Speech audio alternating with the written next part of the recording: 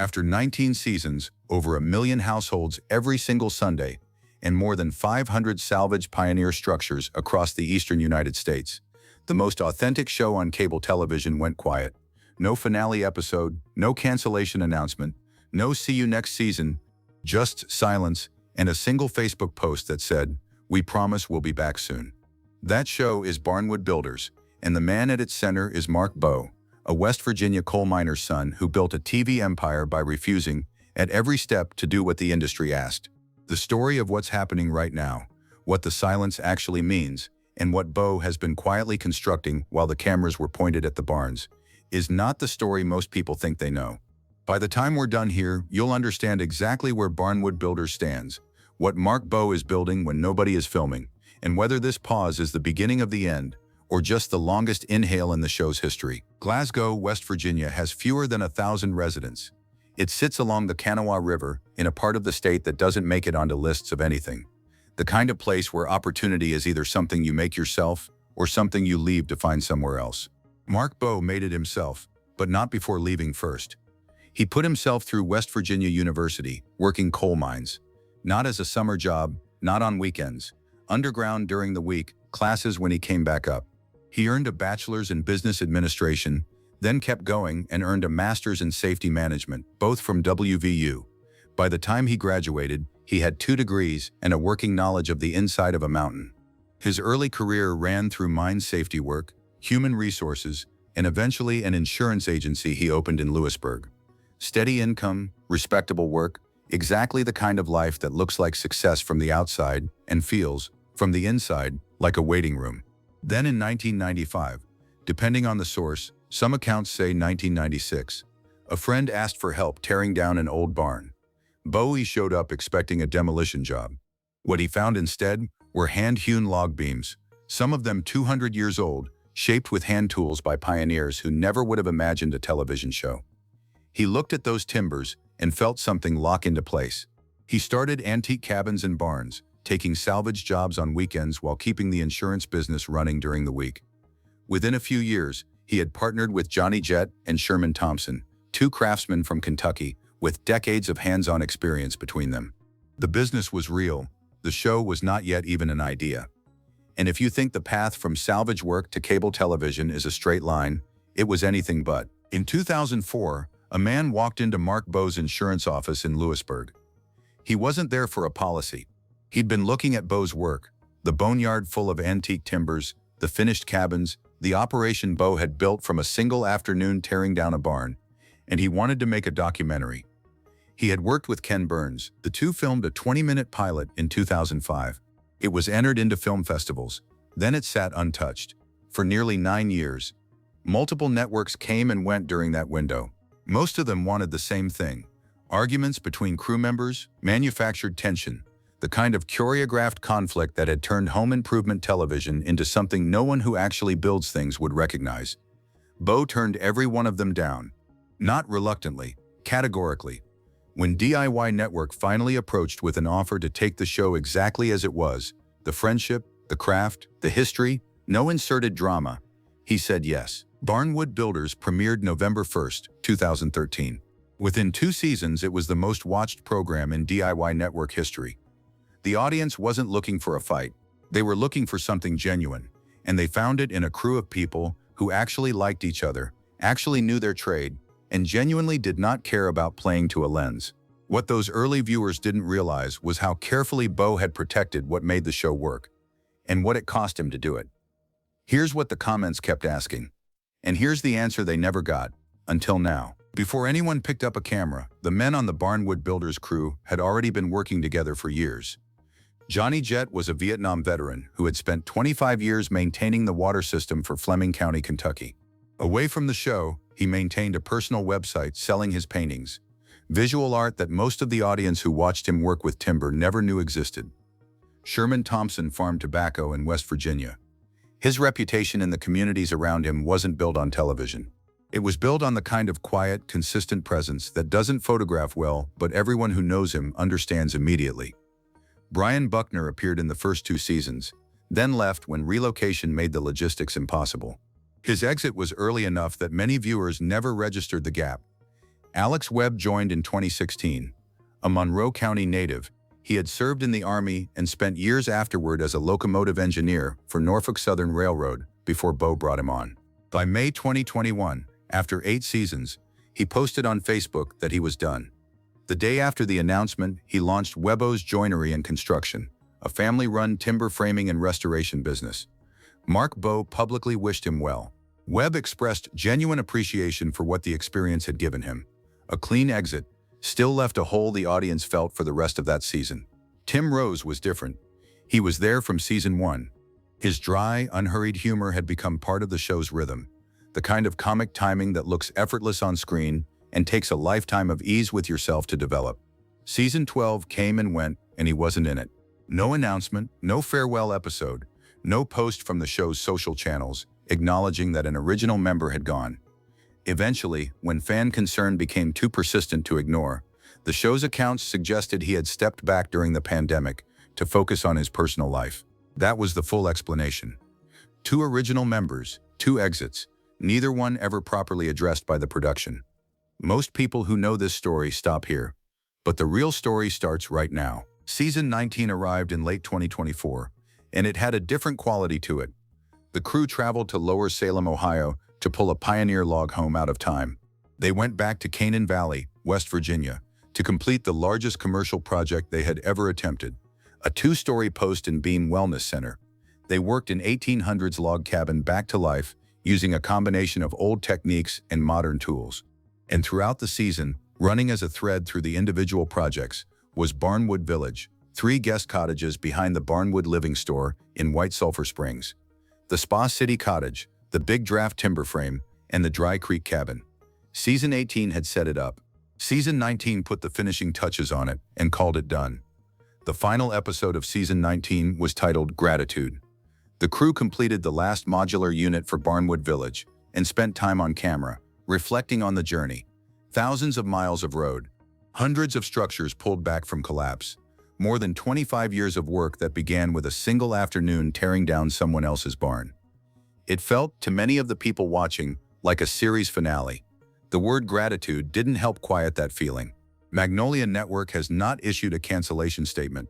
No premiere date for a season 20 exists on any listings platform. The show's official channels posted the phrase, "We promise we'll be back soon, hint hint," and then went quiet. That was the last substantive communication. And if you think that was surprising, stay with me, because this next part is why the whole story matters. The television show is the part of Mark Bowe's life that everyone can see. The rest of it is harder to find, and significantly more interesting. At some point in recent years, Bowe and 2 business partners filed for and received a patent on the R300, a house design rated tornado-proof, hurricane-proof, and fireproof, built around vacuum-sealed wall construction that achieves an insulation and structural performance level that conventional building methods cannot match. He has also invented a folding house prototype and converted a shipping container into a log cabin, not as a novelty project, but as a serious test of whether traditional aesthetics and unconventional modern structures could coexist without either one compromising the other. He has franchised the Barnwood Living brand into Texas, expanding beyond the Greenbrier Valley operation that started as an insurance agent's weekend project. And throughout all of it, Bowe has said versions of the same thing in multiple interviews. The television show is the income stream that makes everything else possible. It funds the experiments, the prototypes, the ideas that don't have a market yet and may never find one. Without the show, the R300 prototype probably doesn't exist. Without the show, the affordable housing research he has pursued alongside disaster relief applications stays theoretical. In 2024, West Virginia University inducted him into its roll of distinguished alumni. The WVU John Chambers College of Business and Economics cited not just the show, but the full range of what Bowe had built. The preservation work, the invention work, the housing research, the business development, a career that started underground and ended up somewhere nobody underground would have been able to predict. One phone call, one conversation, that's all it took to change the direction of everything. Most fans know the Barnwood Living Store in White Sulphur Springs as the operation that appears periodically in the show. The boneyard full of salvaged timber, the retail space selling reclaimed wood products, apparel, and home goods. What the show hasn't spent much time on is how aggressively Bowe has developed Barnwood Living as a commercial entity beyond the television audience. The hardwood flooring line, Barnwood Living by Bruce, developed with AHF products, is manufactured entirely in the United States. The engineered floors are made in Somerset, Kentucky. The solid hardwood comes out of Beverly, West Virginia. The collection draws directly from the aesthetic Bowe has spent 30 years developing on screen, translated into a product that sits in homes that have never watched the show. At the Barnwood Living store, Bowe has noted publicly that at least 500 people travel from out of state each month, specifically to visit the location. Not casual foot traffic, people who drove or flew to West Virginia because of what the show made them feel about the place and the work. Barnwood Village, the 3 guest cottages completed in season 19, are now operational. The Dry Creek cabin opened first. Guest book stays in structures built by the same crew they watched on television, using timber sourced through the same methods, with the same flooring underfoot that Bowe helped design for the retail market. The show is the center of gravity. The business is the orbit. And the question that nobody in the audience has been able to answer, the one that hangs over all of it right now, is what happens to the orbit when the center goes quiet. At this point in the story, most people walked away. What Bowe did instead is the part nobody talks about. Mark Bowe spent parts of 2025 on the road, speaking at events like the Remodeling and New Home Show in Grand Rapids, Michigan. He shared his story, the coal mines, the barn, the film festival pilot that took 9 years to become a television show. He talked about the craft, the crew, the 19 seasons. At one of those events, standing in front of an audience of builders and contractors, he said something that stuck. "I never dreamed we'd have a TV show, but after 19 seasons, it's incredible to hear how much people appreciate the work we do."